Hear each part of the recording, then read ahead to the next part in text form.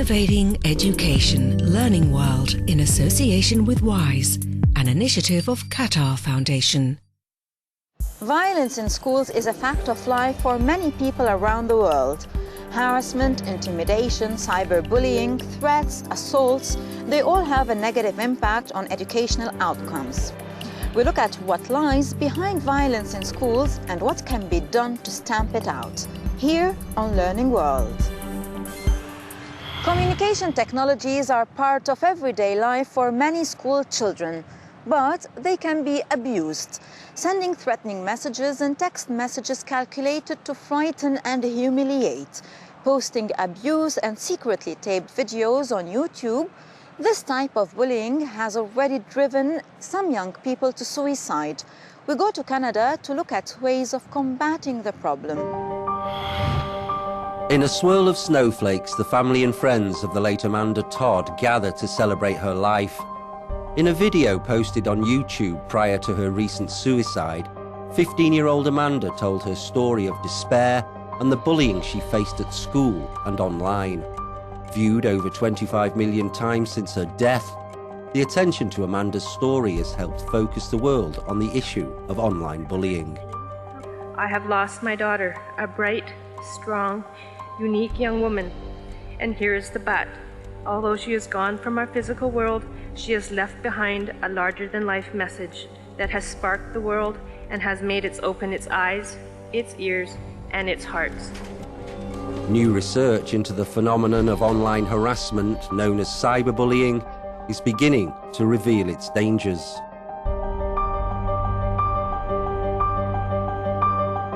The digital media keeps the initial bullying instance in its most potent original form, as well as that the victim can never escape it, so it follows them through mobile devices into their own home or even their own bedroom. New technologies instantly connect people in vast communication networks. Researchers fear they may at the same time disconnect us emotionally and interfere with children's development. Easier to say means stuff like on the internet, so like on YouTube or on Facebook, because like it's easier to say because you're not saying it to their face. So that's what the pressure is now on educators to rethink their strategies on how to confront the new face of bullying. Little like this. There isn't any evidence that I'm aware of that says bullying is on the rise. The fact that we're working on it so hard and have been with a goal of social responsibility for such a number of years, and we're not seeing a significant change and decline, then it means that we have the right intention, but we're not working smarter. We need to shift what we're doing for things to make a difference. And here in Amanda Todd's school district, these students are meeting in a circle to discuss online safety and social responsibility. The issue seems as complex and ever-evolving as the internet itself. One clear strategy is not yet apparent. Most experts agree that building trusting relationships and developing empathy between children and adults is the key to the solution. It's important to me as a victim of bullying that people, like, the awareness is out there and it becomes something that is widely known and people will now know, you know, we have voices and we need to be heard and this needs to be stopped. New research and initiatives aim to stop another death like that of Amanda Todd. Alejandro Castro Santander is a member of the International Observatory on Violence in School from Puerto Rico. Aurora Velez talked to him to find out his views on how schools can be made safer and less violent. Alejandro Castro Santander, you specialize in dealing with social behavior and behavior in schools. During your 30 years experience, would you say violence in schools is increasing? In the last few years, we've been measuring bullying. I'd say that we've seen an increase in violent behavior and we see changes in the different types of violence. Before, we talked only about violence, and today, talking about cyber violence is compulsory. You said violence appears in different forms from primary to secondary schools. Could you explain further? Yes, what we've seen in the first years of primary school is that the different forms of violence are more physical, more straightforward. We talk here about kicking someone, and when talking about verbal forms, we understand insults, jokes at other people's expense. But when kids become teens, the different expressions of violence are linked to their psychological development, and violence becomes not so direct, but shows up in a very indirect way. And then we've got bullying that applies pressure. The denigration a person suffers can sometimes push them to death, as we've seen in the report from Canada. What measures do you propose to fight against bullying? ¿Qué medidas de prevención preconiza usted? In general, we consider bullying in schools as the most dangerous type of violence. Having seen this, there are a lot of things that can be done within schools. Today, we should talk about 3 different ways of preventing bullying. All 3 must be applied.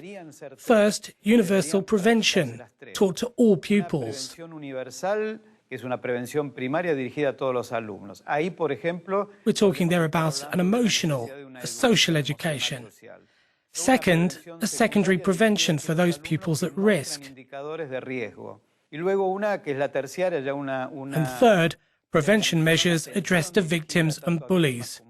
The percentage is low, but we've still seen high levels of violence. So what are the signs we have to look for? Which groups are at risk? Well, you've got the victims and the bullies. There are some indicators. Today we tell teachers to watch pupils in other environments. Because these things don't just happen in class. This is about the student who feels excluded, whose personality changes. They become sad, their results get worse. And our job is to provide this information to the families. Thanks very much.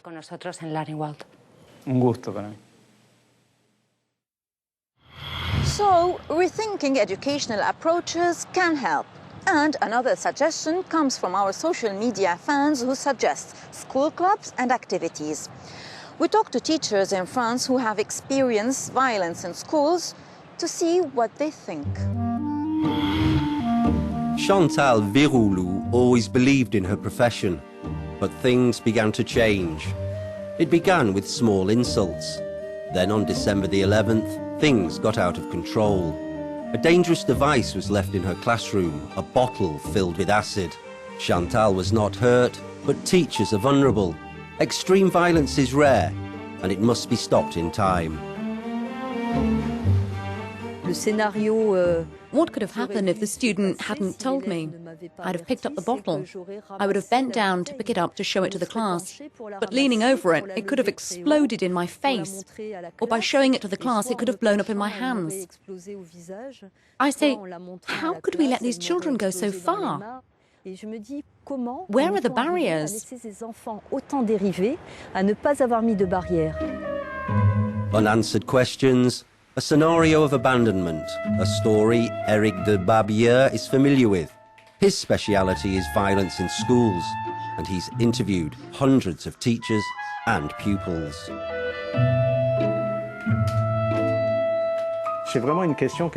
This is a question we need to address by working with parents and also with the police when it's needed.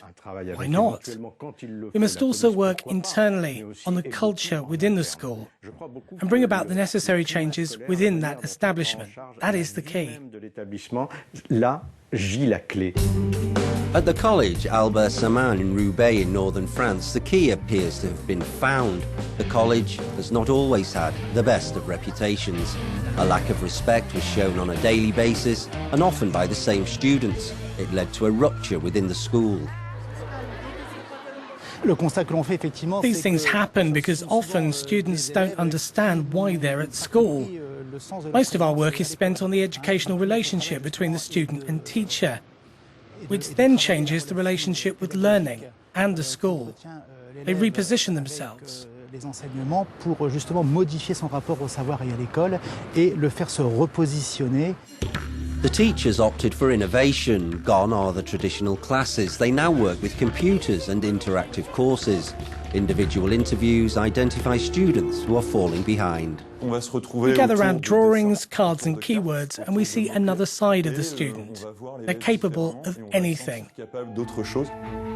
It's not perfect, but discipline is improving.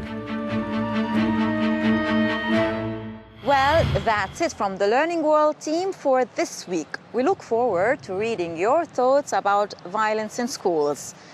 We will be back soon as usual. Goodbye. Learning World in association with WISE, an initiative of Qatar Foundation.